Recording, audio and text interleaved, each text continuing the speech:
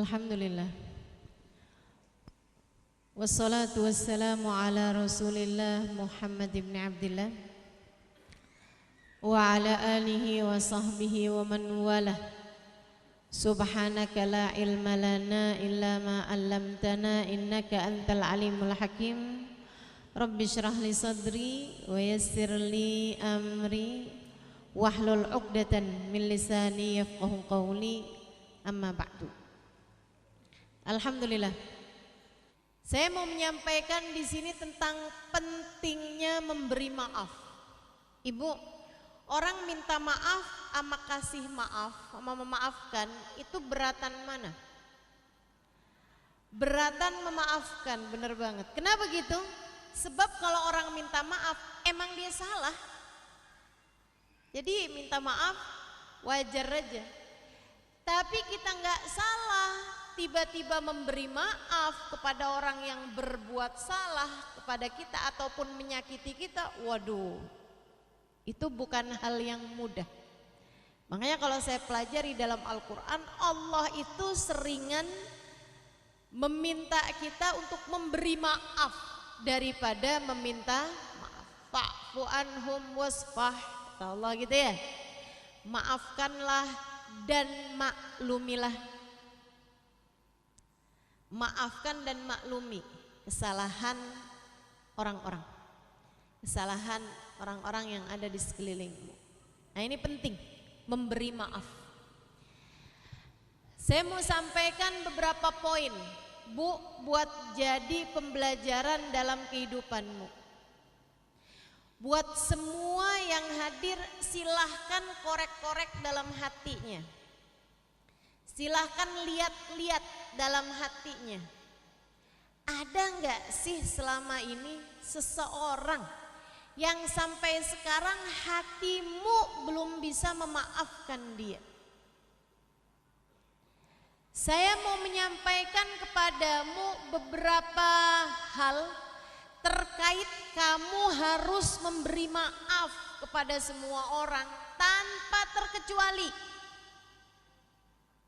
Untuk semua yang hadir, silakan lihat hatinya. Adakah seseorang selama ini yang kamu masih menyimpan kebencian padanya dalam hatimu? Saya berharap semua yang hadir ataupun yang mendengarkan kajian saya memaafkan orang tersebut. Bu, kalau ada yang mau dipelihara, pelihara anak yatim bagus. Jangan pelihara dendam dalam hati. Kalau ada yang kamu mau pelihara, pelihara kucing mendingan. Ya Bu ya, jangkrik deh, jangkrik. Masih mending Bu daripada pelihara kebencian dalam hati. Sengsara hidupmu, susah hidupmu dari dunia, susah pula kelak di hari akhirat. Maka maafin semua salah orang. Ya Bu ya, jangan ketika mendengarkan kajian saya malah ngelihat orang lain, si itu tuh belum bisa maafin, si itu tuh masih dendaman hatinya. Bukan, ilmu ini ada untuk kita membenahi diri kita. Ilmu ini ada untuk membuat lapang hidup kita. Ilmu ini disampaikan padamu untuk menjadi cahaya yang memandumu menjalani kehidupan sehingga kamu dapat menjalaninya sesuai dengan yang Allah mau, insya Allah.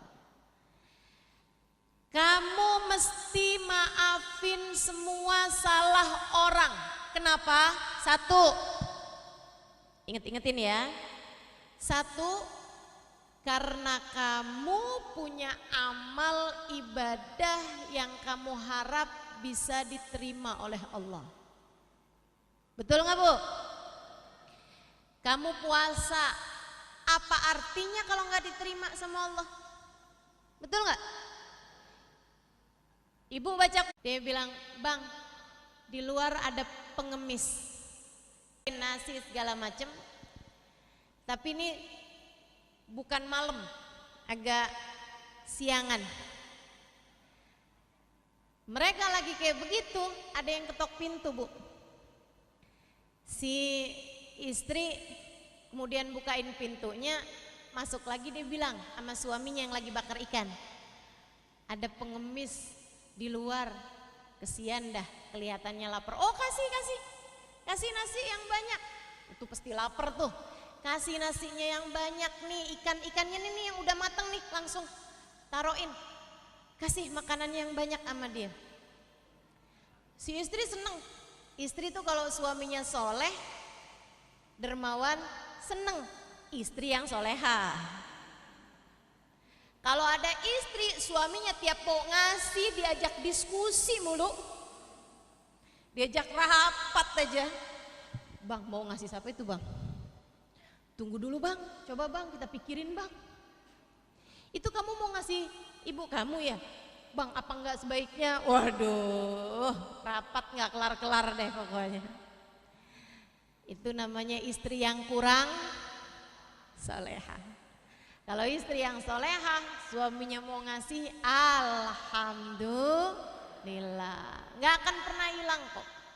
Duit disedekahkan, diberikan untuk hadiah, untuk silaturahmi, untuk pemberian kepada orang-orang soleh. Orang-orang soleh nggak akan pernah berkurang, justru bal yazdad, bertambah dan bertambah terus. Nggak usah khawatir, ibu-ibu, teman-teman saudara sekalian. Suamimu seneng ngasih ibunya, dukung. Kalau dibilang, duh gimana ya, saya mau ngasih ibu saya nih, tapi ini pemasukan kita bulan ini agak kurang. Gimana menurut kamu? Bilang sama suami kamu, jangan kurang-kurang Mas, jangan kurang-kurang Pak, jangan kurang-kurang Kak, jangan kurang-kurang Bang. Ngasih ibu, nggak apa-apa, duluin ibumu sebelum saya, sebelum yang lain-lain. Nggak usah takut, nggak akan pernah hina seorang anak yang memberi kepada orang tuanya dan bahkan akan diberkahi oleh Allah Subhanahu wa taala kehidupannya. Ibu kalau perhatiin di sekitar ibu nih, yang paling mudah hidupnya pasti yang paling bakti sama orang tuanya. Coba perhatiin di kehidupan di sekitar, nggak usah jauh-jauh, liatin tetangga, liatin mana-mana tuh. Orang kalau paling bakti sama orang tua, paling bisa nyenengin orang tua, biasanya hidupnya paling gampang. Urusan ekonomi gampang, urusan yang lain-lain semua gampang kalau bakti sama orang tua. Jadi si istri seneng ngelihat suaminya mau ngasih sama pengemis tersebut. Dia pun bawa tuh nasi bersama dengan lauk pauknya menuju keluar nih Bu nih. Dia ngasih, masuk lagi mukanya pucet banget, pucetnya. Si suami ngeliatin, kamu kenapa? Nggak apa-apa, khas perempuan banget ya. Tapi muka kamu pucat begitu, kenapa tuh? Saya ingat kejadian beberapa tahun yang lalu, udah lama sih. Kenapa, kata suaminya? Saya pernah nih kejadian kayak gini, kata istrinya. Saya lagi bakar ikan sama suami saya, bakar ayam suami saya. Ada yang minta ngemis, tapi suami saya nggak kasih. Sedih saya. Tapi saya juga mau ngasih, nggak bisa, orang semuanya punya suami saya. Lah terus kamu kenapa sekarang mukanya pucat begitu? Tadi waktu saya mau kasih nasi sama ayamnya, laki-laki di depan pintu itu mendongakkan kepala.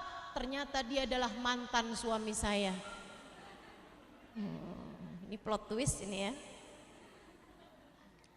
Dia bilang ternyata dia adalah mantan suami saya yang dulu tuh, yang diminta ayam bakarnya nggak mau, sekarang dia yang jadi pengemis. Yang nggak mau ngasih kepada pengemis sekarang jadi pengemis.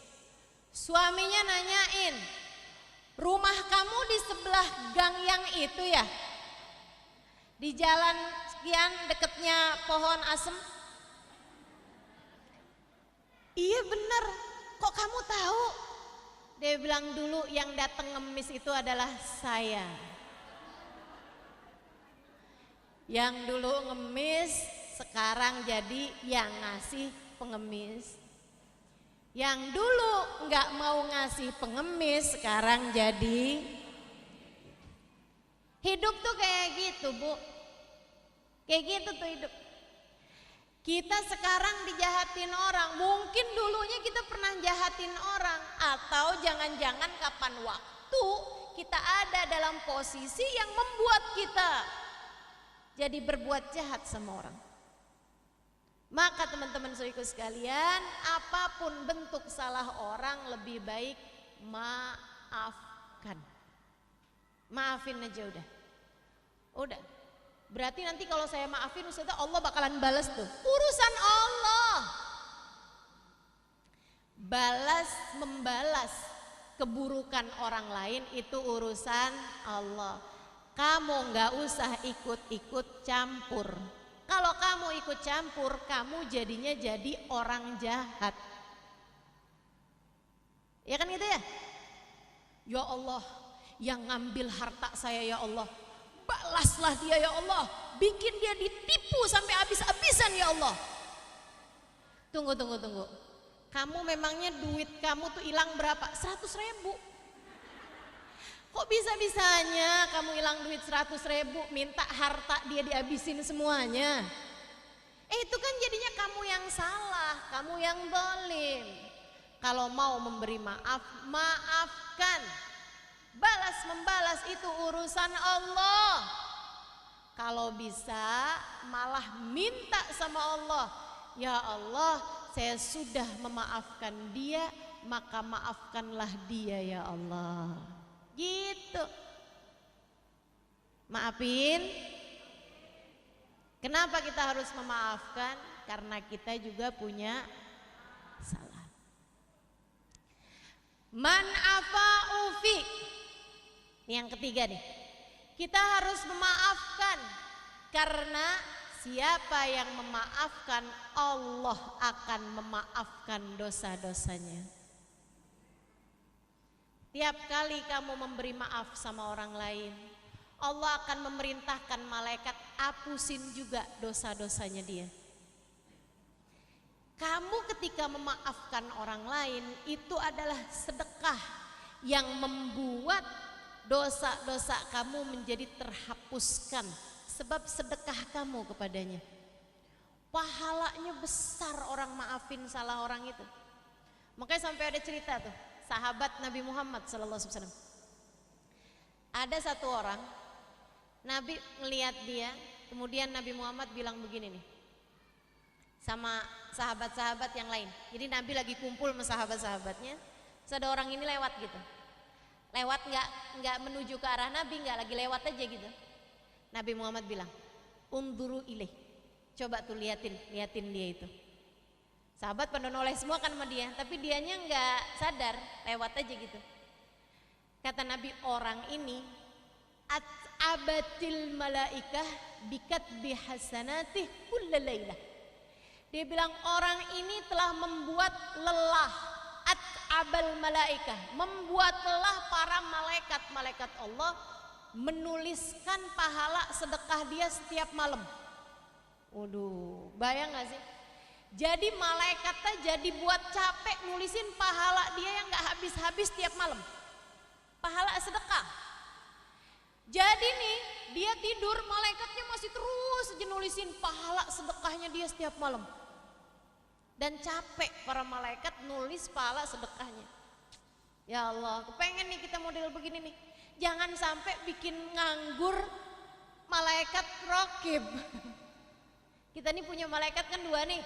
Ada malaikat raqib nulis pahala kebaikan, ada malaikat atid menulis perbuatan dosa, keburukan-keburukan kita. Bu, kata Habib Ali Habsyi, ya Allah, katanya muslim, kata Habib Ali Habsyi nih, katanya muslim dia, tapi kok ya malaikat raqibnya nganggur mulu gitu. Malaikat raqibnya nggak nyatet kebaikannya, malah malaikat atid aja yang sibuk nyatetin perbuatan dosa-dosanya. Naudzubillah Saya begitu denger itu jadi kayak tertampar sambil mikir, ya Allah kesiannya malaikat rokib saya nih. Mudah-mudahan biar dia ada gitu pahala kebaikan-kebaikan yang dituliskan ya.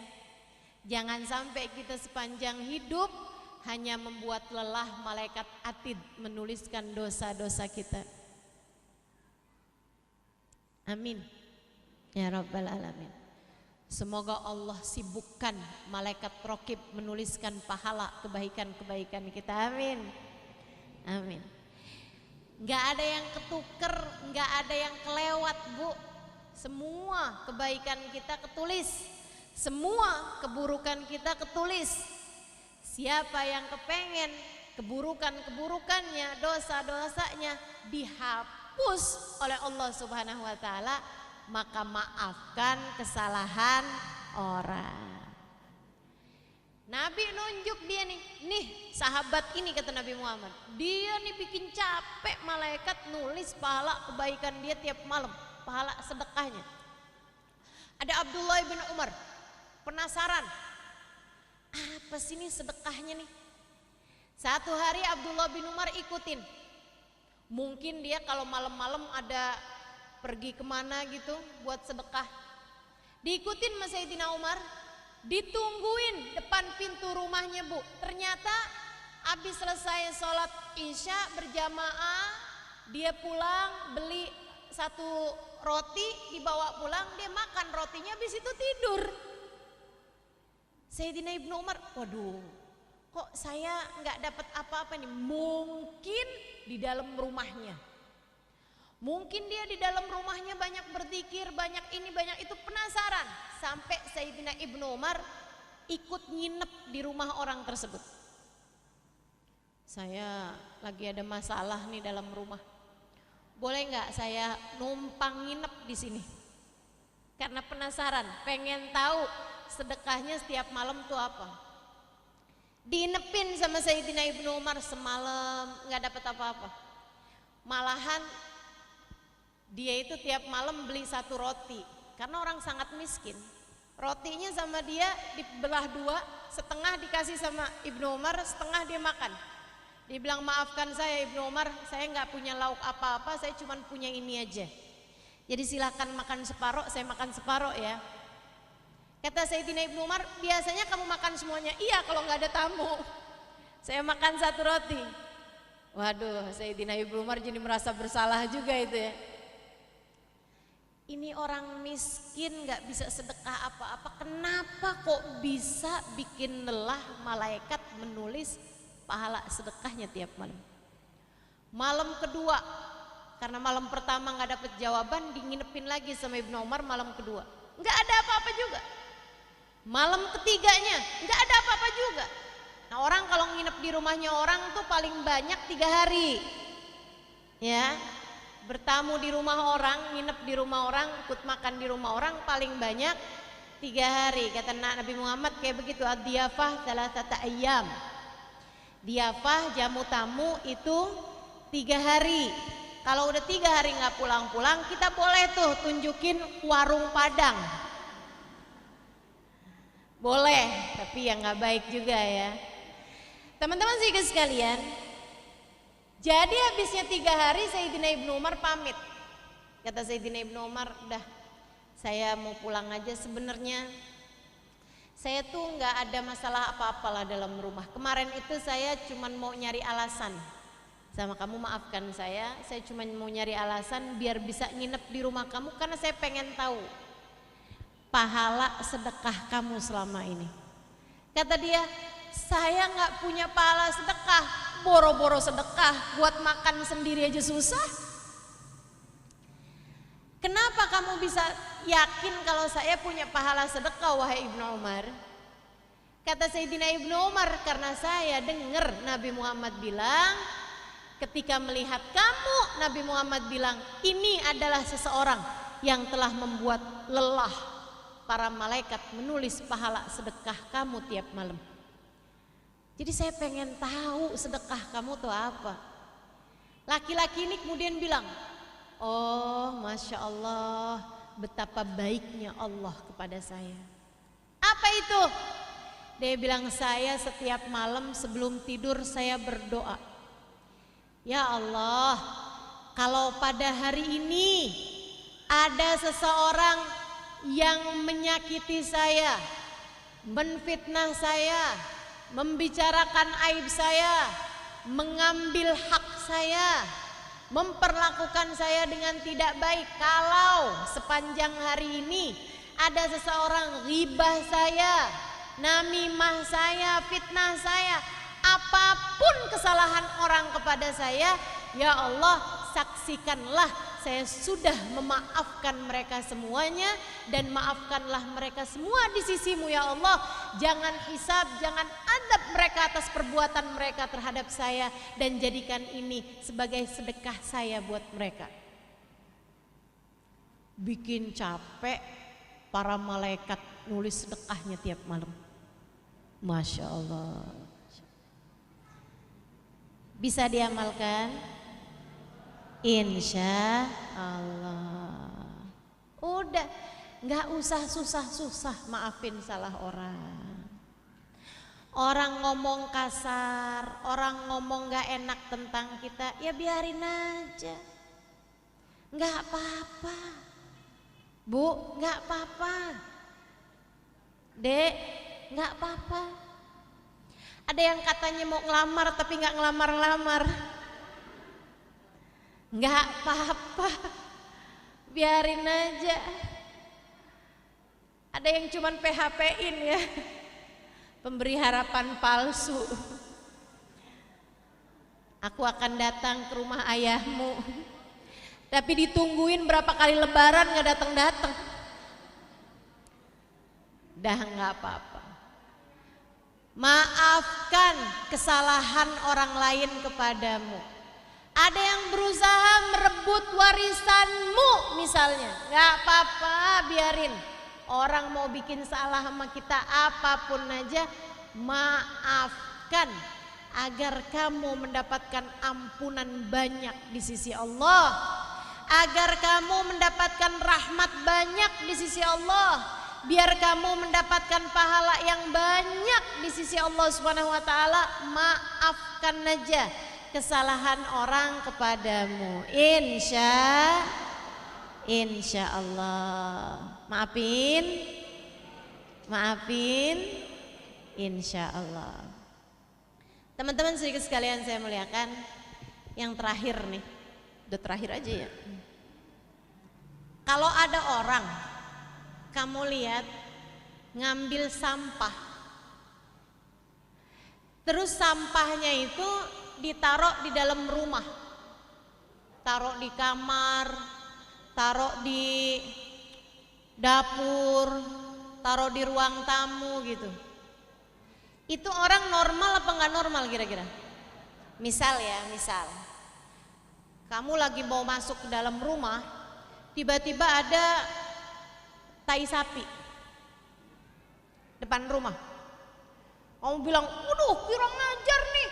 Siapa nih naruhin kotoran sapi nih depan rumah saya nih? Kamu marah, kamu kesel. Siapa sih nih yang bisa-bisanya naruhin kotoran sapi nih? Kamu ambil tuh kotoran, kamu bawa masuk, kamu taruh di dapur, kamu taruh di kamar. Nih ada yang naruhin kotoran sapi nih, kamu taruh di meja tengah, kamu taruh lagi di ruang tamu gitu. Itu orang normal apa nggak normal kira-kira? Otaknya itu loh. Kalau kamu nggak suka, buang. Kalau kamu nggak seneng, buang. Jangan mau-maunya disimpan di dalam hati. Jangan mau-maunya disimpan di dalam rumah. Maka demikian pula kalau ada orang berbuat jahat sama kamu, buang. Jangan disimpan di dalam hati. Kalau kamu terus bawa, saya nggak pernah lupa ucapan orang itu. Dia pernah ngatain saya begini. Kapan ngomongnya? 5 tahun yang lalu. Ya Allah, dia nyimpen tai sapi dalam kamarnya, tempat yang paling mulia dalam rumahnya. Dia taruh kotoran sapi 5 tahun. Itu orang apa namanya? Orang gila. Demikian pula dengan yang gak bisa maafin salah orang, omongan orang, kesalahan orang yang buruk-buruk disimpan terus dalam hatinya. Itu sama kayak orang yang naruh kotoran sapi dalam kamarnya. Bu, dari seluruh bagian rumah yang paling kita sayangkan kamar kita. Maka dari seluruh hatinya jadi hati yang kotor, hatinya jadi hati yang gak bagus. Ibu-ibu saudariku sekalian, buang, bersihin salahnya orang, apapun aja. Gimana caranya? Maafin. Tiap kali kamu maafin salah orang, kamu lagi nyapu halaman rumah hatimu. Sampai hatinya jadi kosong dari kesalahan orang. Makanya orang kalau hari lebaran kan gitu, kosong-kosong ya. Apanya tuh yang kosong? Maksudnya saling memaafkan. Kesalahan orang biarin kosong di dalam hati kita, sehingga kita kembali menjadi fitrah. Hati kita jadi bersih lagi. Kan begitu ya? Maafin salahnya orang. Gitu. Jangan mau nyimpen dalam hati kecuali yang paling bagus. Apa yang bagus? Cinta kepada Allah, cinta kepada Rasulullah, cinta kepada orang-orang soleh. Itu barang-barang bagus. Simpen di dalam hati. Ilmu yang bermanfaat, simpennya di dalam hati. Nanti takutnya kalau hatimu kebanyakan kebencian, kebanyakan dendam sama orang lain, mau nyimpen yang bagus-bagus jadi susah. Ingat hadisnya Nabi Muhammad susah, ingat ayatnya Allah susah. Makanya ibu-ibu nih, kalau lagi belajar, kalau lagi ngaji tuh gitu ya, kalau ibu-ibu bilang kayak gini, kenapa ya saya tuh kalau ustadzah ngomong gitu, kayaknya sih saya dengar, saya ingat, tapi begitu keluar lupa lagi gitu. Ada yang kayak gitu? Itu seringnya karena hatimu tuh kebanyakan isinya. Sama kayak handphone bu, kalau udah kebanyakan isinya di memori jadinya hang, jadinya error, jadinya susah. Mau dimasukin memori-memori baru susah. Caranya dikeluarin dulu, hapusin dulu. Cara hapus-hapusinnya salah satunya adalah dengan memaafkan kesalahan orang. Setiap kali datang kesel sama orang, bilang dalam hatinya, saya sudah memaafkan dia. Saya sudah memaafkan dia. Saya sudah memaafkan dia. Kalau ibu-ibu nanya, ustazah caranya gimana ya ustazah? Saya tuh misalnya nih, udah inget nih, maafin. Tapi kadang-kadang tuh ustazah suka yang nyelekit gitu dalam hati. Ada orang tuh yang setiap kali saya ingat salahnya tuh kayaknya tuh kayak hati tuh tergores luka gitu. Kayak masih berdarah gitu lukanya. Masih perih gitu. Gimana tuh caranya? Biar saya pengen maafin tapi saya susah mau maafin. Kesalahan dia tuh terlalu berat buat saya. Kalau begitu bu, ibu harus ingat satu hal. Tidak ada sesuatu terjadi kecuali dengan izin Allah. Ustazah, ini masalahnya yang nyakitin saya nih ustazah, mantan suami saya sendiri. Tiap inget tuh gitu. Perih rasanya hati ini. Saya susah mau maafin dia nih ustazah. Gimana coba? Bu, ingetin, tidak ada sesuatu terjadi kecuali dengan izin Allah. Allah itu bu sama kayak dokter. bahkan lebih daripada dokter yang sangat profesional. Dan kita ini adalah para pesakitan. Kita ini adalah pasien-pasien, ibu-ibu sekalian, yang datang dalam kehidupan kita, yang pahit-pahitnya itu Bu seperti pil pahit yang diberikan oleh seorang dokter kepadamu. Ada nggak yang ketika dikasih pil pahit itu, dokter nih kurang ngajar sama saya. Masa saya dikasih pil pahit, dokter jahat dokternya sama saya. Masa gitu? Dokternya bilang, ini tuh saya kasih buat kamu biar kamu jadi sehat. Kenapa dokter nggak bolehin saya makan es krim? Kenapa saya nggak dikasih aja gitu? Di rumah sakit ini kenapa saya nggak dikasih es krim, nggak dikasih rujak, nggak dikasih cabe gitu yang banyak ya, biar makannya seger gitu. Kenapa saya nggak boleh makan semua makanan-makanan itu? Dokternya bilang, karena kalau kamu makan yang seperti itu terus-terusan, kamu jadinya sakit dan nggak sembuh-sembuh.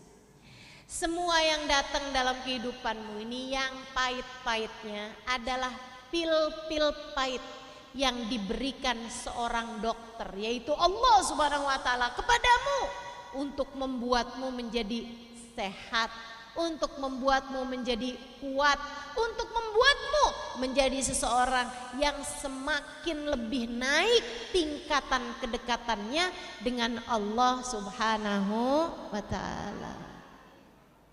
Tambah gede sabarnya, tambah gede syukurnya, tambah kuat imannya, tambah kuat Islamnya. Kalau kamu bisa senantiasa bersyukur atas apapun yang Allah berikan kepadamu. Termasuk ketika kamu disakiti sama orang lain, itu Allah loh yang bikin. Ujungnya Allah juga, nggak ada sesuatu terjadi kecuali dengan izin Allah. Maka itu pil-pil pahitnya ambil, bismillahirrahmanirrahim, habis sudah. Lupakan kesalahan orang tersebut, karena sejatinya tidak bisa terjadi apapun kecuali dengan izin Allah. Jangan malah ketika disakitin suaminya misalnya, suaminya berpaling hati misalnya, ya Bu ya, kamu malam-malam malah bilang, ya Allah betapa sangat kejamnya suami saya ya Allah, saya mengadu kepadamu ya Allah. Kata Allah, orang saya yang bikin, kamu mau mengadukan saya kepada saya? Ya Allah, kenapa saya harus sakit seperti ini ya Allah? Kata Allah, saya yang kasih. Ya Allah, betapa luka saya perih sekali ya Allah, saya yang kasih, kata Allah. Betapa sangat pahitnya kehidupan saya Allah, saya yang kasih. Allah bahkan mengatakan, malam yarda biqadai, siapa yang gak terima dengan keputusan saya dalam kehidupan, silahkan cari Tuhan lain selain saya. Wow, serem bener. Artinya gimana? Allah Subhanahu wa taala mengusir kita dari keimanan apabila kita tidak menerima terhadap perlakuan buruk yang orang lakukan buat kita. Teman-teman saudaraku sekalian saya muliakan, Nabi Allah Zakaria alaihissalam itu Bu dijahatin orang, dikejar-kejar mau dibunuh. Nabi Zakaria lari tunggang langgang mau dibunuh sama orang. Nabi Zakaria lari sampai masuk ke dalam hutan, sembunyi dalam hutan. Masih terus nih Nabi Zakaria masih lari nih dalam hutan nih, orang-orang masih kedengeran suaranya nih. Nabi Zakaria di tengah hutan seperti itu, tiba-tiba ada satu pohon ngebuka. Wahai Nabi Zakaria, masuklah ke sini, aku akan menyembunyikanmu. Nabi Zakaria masuk dalam pohon, pohonnya nutup lagi, jebret. Nggak kelihatan, orang nggak kepikir ada yang sembunyi dalam pohon. Orangnya ngejer nih, lari sampai di dekat pohon tersebut. Nabi Zakaria ada di dalamnya. Wah, kemana tuh Nabi Zakaria? Kemana tuh Zakaria? Mereka udah siap-siap Bu mau bunuh Nabi Zakaria. Nabi Zakaria selamat dalam pohon. Subhanallah, takdir Allah memang lain ibu-ibu sekalian. Nabi Zakaria Ada setan yang lihat waktu Nabi Zakaria sembunyi. Setannya ngasih tahu sama orang. Mau tahu nggak di mana Nabi Zakaria? Di mana tuh? Sembunyi nih dalam pohon sini. Oh gitu. Yaudah kalau gitu kita ambil gergaji. Bu, diambil gergaji, Bu. Gergaji yang panjang itu. Mereka bilang kalau gitu Nabi Zakaria kita gergaji aja. Subhanallah, di gergajinya enggak dari samping ke samping, tapi dari atas ke bawah. Kebayang gak tuh kayak apa sakitnya? Jadi Nabi Zakaria tuh dari atas gitu gergajinya dimasukin gitu ya. Begitu udah tembus dari batang satu ke yang lain, maksudnya udah nembus nih gergajinya nih, baru sama mereka digeret. Nabi Zakaria yang asalnya udah syukur-syukur, alhamdulillah nih gak akan bisa ada yang ketemu saya. Tiba-tiba gergaji di atas kepalanya. Sampai ini diceritakan Imam Ghazali dalam kitab Minhajul Abidin. Sampai falamma wasalat, ketika si gergaji tul minsyar ala mafraq ra'si, ketika gergaji itu nyampe di batang kepalanya, Bu. Ibu kebayang gak sih sakitnya kayak apa itu? Sahha Zakaria alaihissalam, Nabi Zakaria berteriak ketika gergaji itu nyampe ke kepalanya. Mulai sakit banget. Nabi Zakaria kemudian berteriak dalam hati, Allah ngenes bener hidup saya nih. Allah bilang, ya Zakaria, kalau kamu gak terima dengan keputusanku, teriak sekali lagi, aku akan keluarkan kamu dari kelompok para nabi menjadi penghuni ahli neraka. Aku akan keluarkan kamu dari golongan para nabi menjadi calon penghuni neraka. Segitunya gak terima atau ngerasa sakit dengan gergaji nyampe ke kepala. Kita disakitin sama orang kan gak sampai digergaji, Bu. Betul gak? Kita disakitin orang kan gak sampai digituin gitu. Maka setiap kali orang berbuat salah sama kita, apapun aja bentuknya, kita bilang, ya Allah, saya sedih tapi saya ridho. Ya Allah, saya sedih tapi saya sudah memaafkan dia ya Allah, karena saya tahu tidak ada sesuatu terjadi kecuali dengan izin-Mu, dan Engkau ketika memberikan sesuatu yang tidak menyenangkan bagiku pasti karena Engkau hendak menyehatkan aku, hendak menambahkan pahalaku, hendak mengampuni dosa-dosaku, dan hendak menaikkan derajatku di sisi-Mu ya Allah. Gitu. Itu ibarat tadi tuh si tai sapi, ya Bu ya, tai sapi itu ketika kamu lihat ada tai sapi depan pintu rumahmu, ibu ambil serok, bawa ke belakang. Tanah di belakang rumahmu tuh Bu tuh ada pohon cabe, tanaman cabe, ada tanaman tomat, ya Bu ya, tuh taruhin tai-tai sapi itu di situ. Udah, tinggalin, lupain. Nanti pas kamu keluar beberapa bulan lagi, subhanallah, cabenya yang kemarin udah pada mau mati nggak keluar buahnya, sekarang merah-merah, pedes-pedes. Kemarinan yang tomatnya itu udah pada mulai mengering, habis ditaruhin tainya sapi, rupanya jadi pupuk. Akhirnya keluar, tomatnya bagus-bagus, ya Bu ya. Bahkan buah mawar, pohon mawar, bukan, tanaman mawar, tumbuhan mawar, apa sih ini yang bener? Bunga mawar yang kamu tanam tuh di belakang, asalnya nggak keluar-keluar bunganya. Wah, ini ranum-ranum buahnya, seger-seger buahnya. Begitu kelopaknya bagus-bagus. Subhanallah. Demikian pula dengan salahnya orang.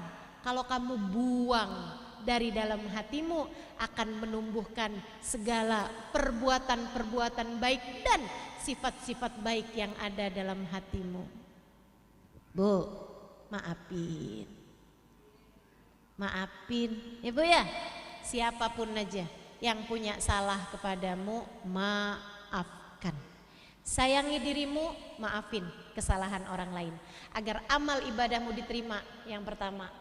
Agar kamu mendapatkan ampunan, agar kamu mendapatkan kebaikan-kebaikan di masa yang lalu.